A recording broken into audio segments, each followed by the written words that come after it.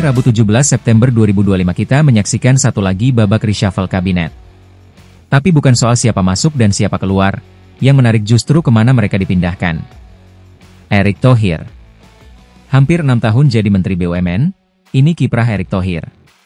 Dari Menteri BUMN, pengelola aset negara senilai 10.000 triliun rupiah, kini menjadi Menteri Pemuda dan Olahraga, dengan anggaran sekitar 2,3 triliun rupiah.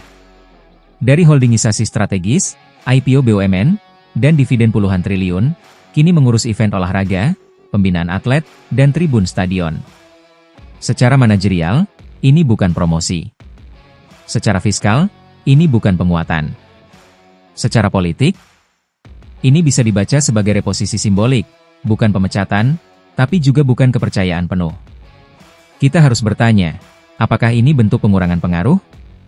Apakah Erick terlalu besar di sektor ekonomi, sehingga perlu dipindahkan ke sektor populer tapi tidak strategis? Dan kalau benar begitu, maka kita sedang menyaksikan politik pengendalian kekuasaan, bukan sekadar rotasi jabatan. Tapi ini bukan hanya soal Erick. Ini soal logika publik. Soal bagaimana kita menilai skala tanggung jawab, nilai ekonomi, dan arah kebijakan. Kalau seseorang yang mengelola 10.000 triliun rupiah dipindahkan ke 2,3 triliun rupiah, maka publik berhak bertanya, apa yang sedang dikurangi? Wewenangnya, pengaruhnya, atau justru aksesnya ke sumber daya negara?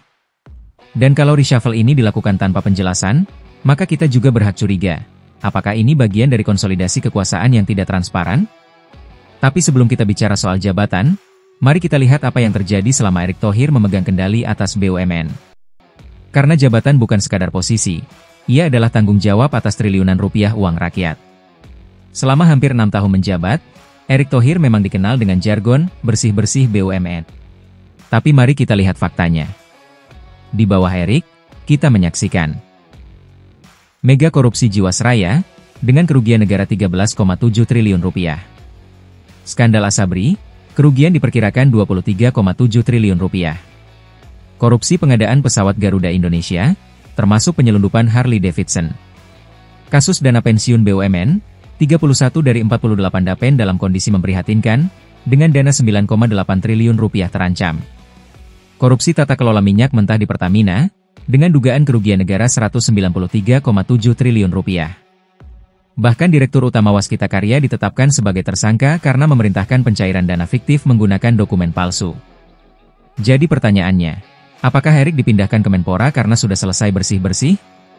Atau karena terlalu banyak yang harus dibersihkan, dan terlalu besar risikonya jika tetap di sana? Kalau jabatan Menpora adalah panggung populer, maka jabatan Menteri BUMN adalah ruang kendali ekonomi negara. Dan malam ini, kita menyaksikan perpindahan dari kendali ke panggung. Maka mari kita terus awasi. Karena di balik reshuffle, bisa saja tersembunyi reshuffling kekuasaan dan pengalihan tanggung jawab. Ia adalah cermin dari kepercayaan, tanggung jawab, dan arah politik.